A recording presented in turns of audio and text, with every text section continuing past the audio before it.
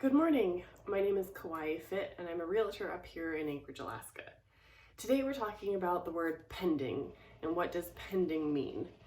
The idea behind pending is that there's a property on the market, it was for sale, the sellers wanted to sell it, and then a buyer came along and said, hey, I really like this property, I want to buy this property. So they put together an offer, they went to go get pre-approved from their lender, and they brought all the paperwork and documentation together and they submit it to the seller. And the seller reviewed it and said, yeah, you guys look pretty legit. Let's get started on the process of getting this place to become yours. So it was on the market, it was for sale, and then some buyers came along and submitted an offer and the sellers accepted that offer, okay?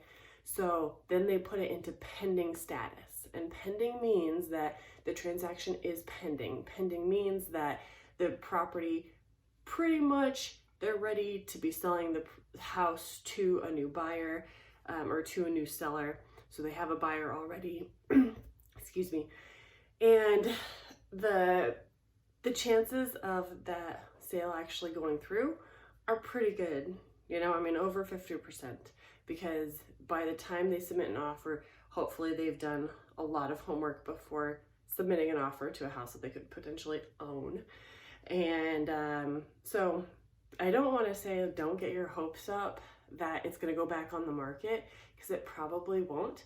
But there have been cases when the property is pending and maybe the buyers have a home inspection, and then after the home inspection they get the report and they just see too many things that they don't want to take care of, or the buyers and the sellers can't truly negotiate on any of the repairs. And so then the deal falls through, or maybe somebody didn't get qualified correctly or pre-qualified and through their lender, and then maybe they can't actually truly afford the house too. So there are lots of things that could go wrong in the middle of the transaction. Maybe the appraisal doesn't come in like the sellers wanted or like the buyers wanted, and then the transaction could fall through too.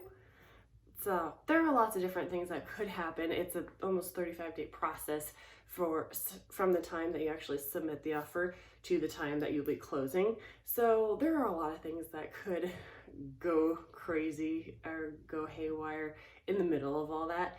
And then the pending property could then not be pending, and they never would sell the place. So then they would put it back on the market, and it would be back on the market and it'd be available.